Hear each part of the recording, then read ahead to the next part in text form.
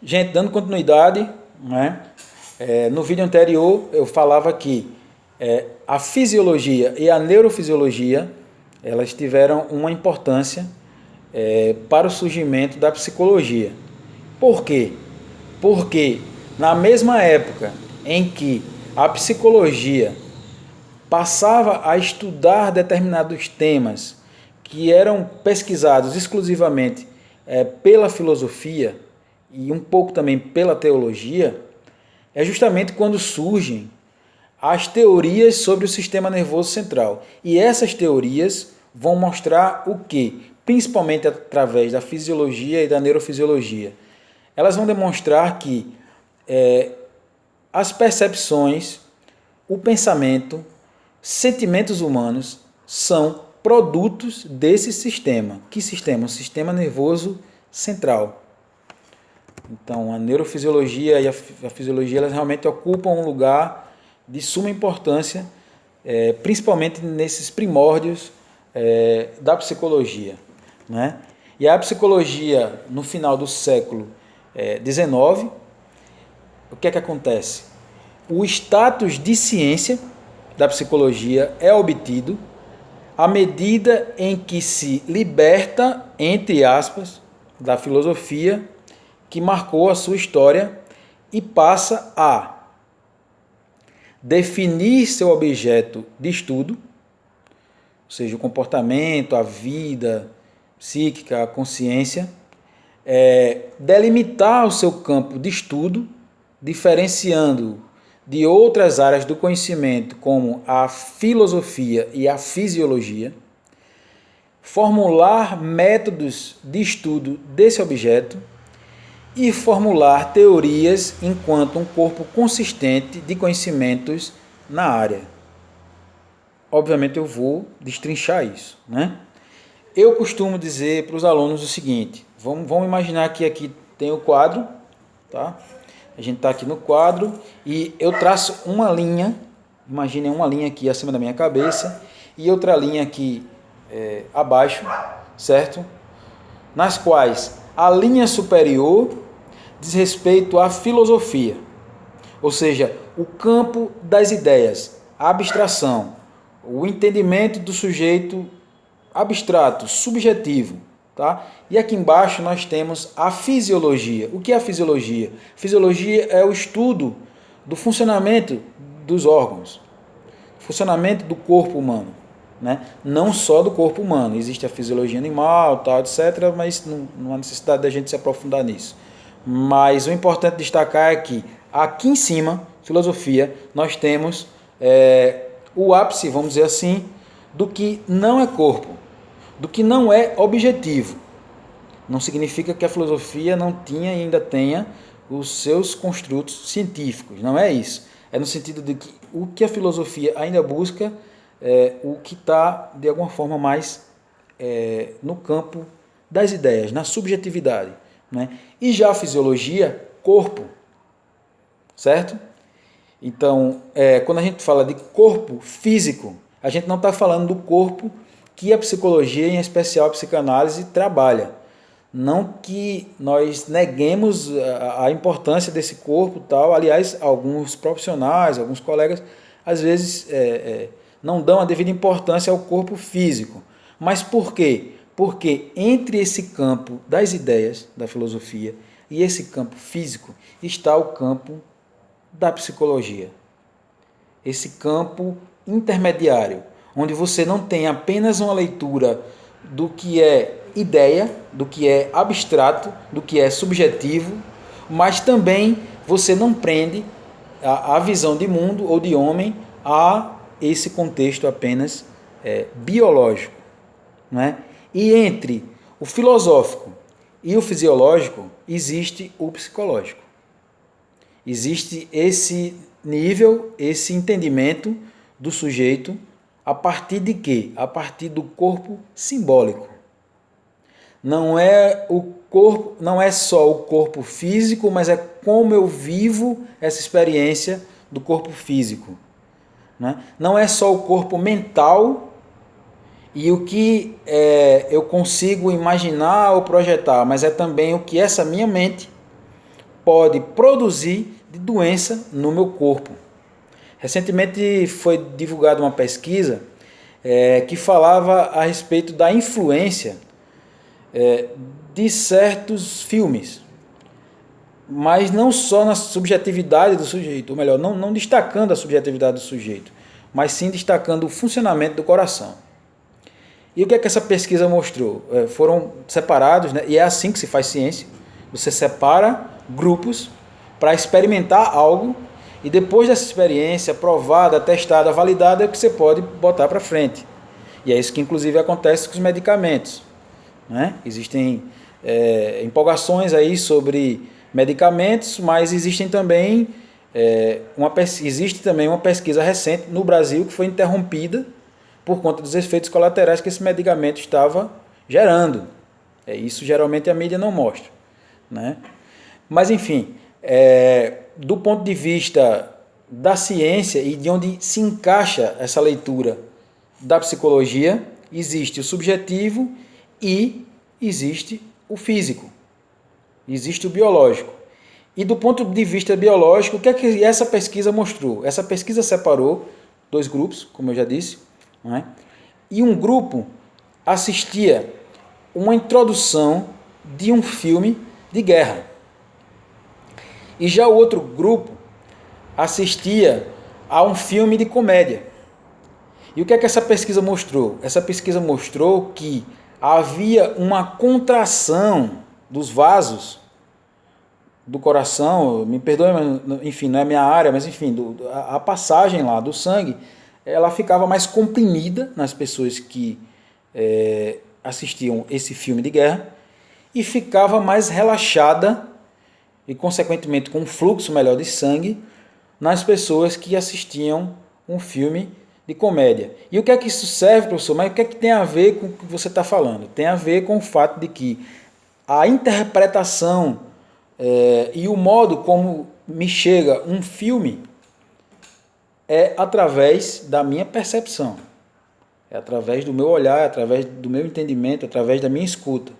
E na hora que isso vem e de alguma forma gera essa repercussão dentro do meu organismo, isso de alguma maneira prova que existe uma relação muito estreita entre corpo e mente.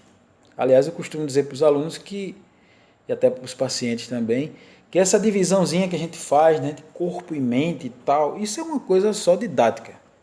Na prática, isso não existe. O ser humano, ele busca naturalmente a integração. A integração, né? E o que é a doença? A doença é quando não há essa integração. Quando a gente privilegia apenas o corpo mental, estudar, fazer doutorado, fazer não sei o que e tal, e esquece que tem um corpo físico. Um corpo físico que precisa caminhar, pedalar, correr, fazer triatlon, carregar peso, crossfit, qualquer coisa. Aliás, é uma área que eu gosto muito, né? A área de psicologia do esporte, né? Então, existe essa relação muito estreita, né? E a filosofia é muito importante para a psicologia, inclusive mais do que a própria fisiologia. Então, quando os autores vão dizer para a gente, né, definir o objeto de estudo, significa o quê? O que é que a psicologia vai estudar? Os psicólogos, né, chegaram num consenso. Não, nós vamos estudar o comportamento, a vida psíquica, a consciência. Quando eles delimitaram esse campo de estudo, eles fizeram o quê? Bom, a filosofia vai pensar esse ser humano abstrato, esse ser humano das ideias, a gente vai utilizar isso, e as ciências naturais, né, ou as pessoas da fisiologia, eles vão trabalhar o quê? O corpo, né? Vão trabalhar o corpo físico. A gente não vai estar nem aqui nem aqui, a gente vai estar nesse ponto intermediário, onde a gente pensa na relação dessa mente com esse corpo, nesse processo de integração, né, que eu falei anteriormente. Embora, quando eu falo de integração, na verdade eu estou pensando numa perspectiva de Donald Winnicott, que é um grande ícone, né, da psicanálise. Foi um pediatra que se interessou pela psicanálise e terminou sendo criador de uma escola muito importante dentro da psicanálise, chamada Escola das Relações Objetais. E o Winnicott falou muito sobre esses processos de integração. São coisas que a gente pode abordar num outro momento para não fugir aqui do foco da aula. Outro ponto, a psicologia passou a formular métodos de estudo desse objeto. Então, quando a gente falava sobre as coisas que uma ciência precisa ter para ser ciência, eu lembro que quando falei de métodos e técnicas, comentei com vocês sobre algumas técnicas que nós psicólogos usamos.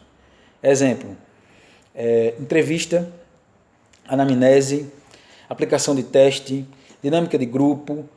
São vários instrumentos que o psicólogo tem para trabalhar enquanto metodologia, enquanto ferramentas, né?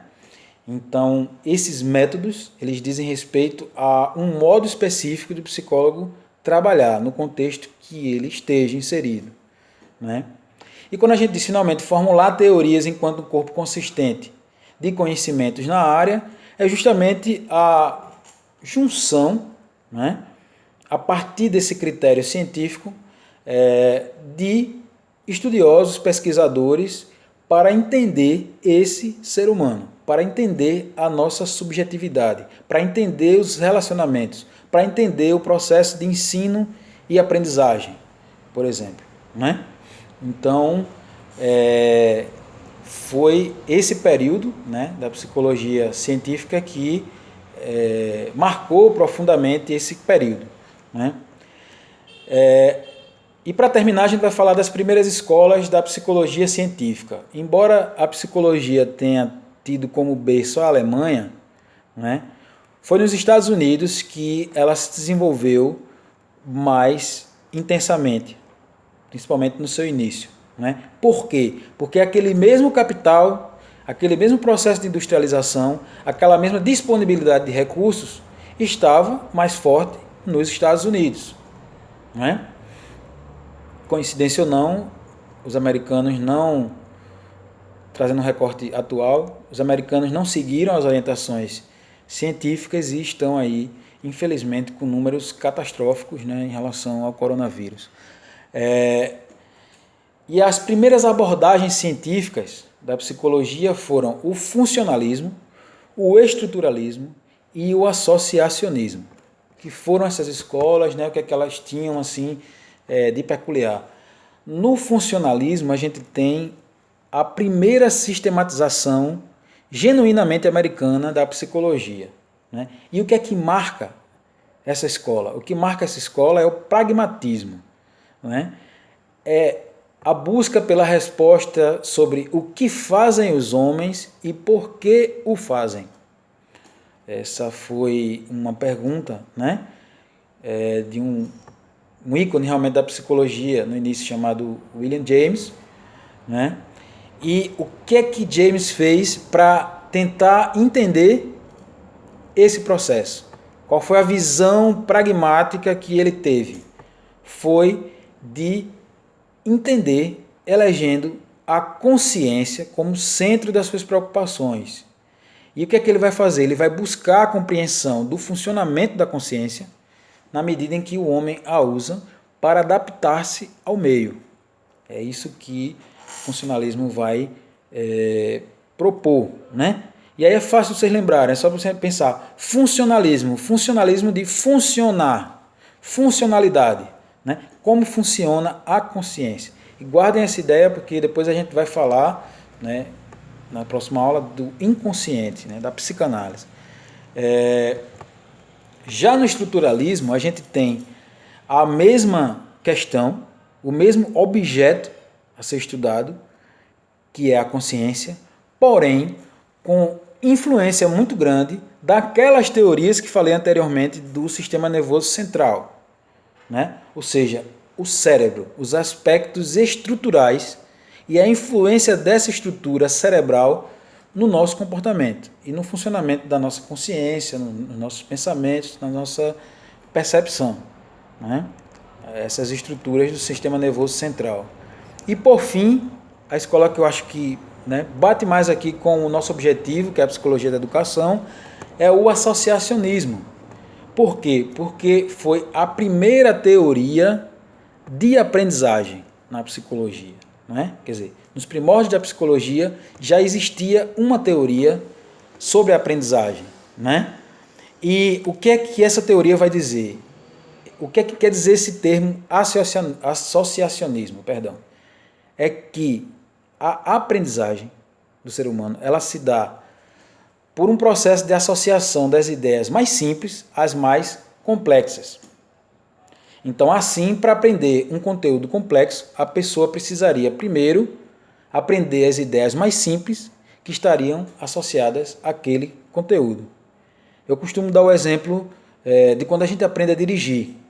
Quando você começa a dirigir, né, é aquela coisa, é uma novidade, aquela emoção, tudo, mas assim, você tem dificuldade de passar marcha, você tem dificuldade de pisar a embreagem no momento certo, tem gente até que pede para o outro que está do lado passar a embreagem e tudo mais, né?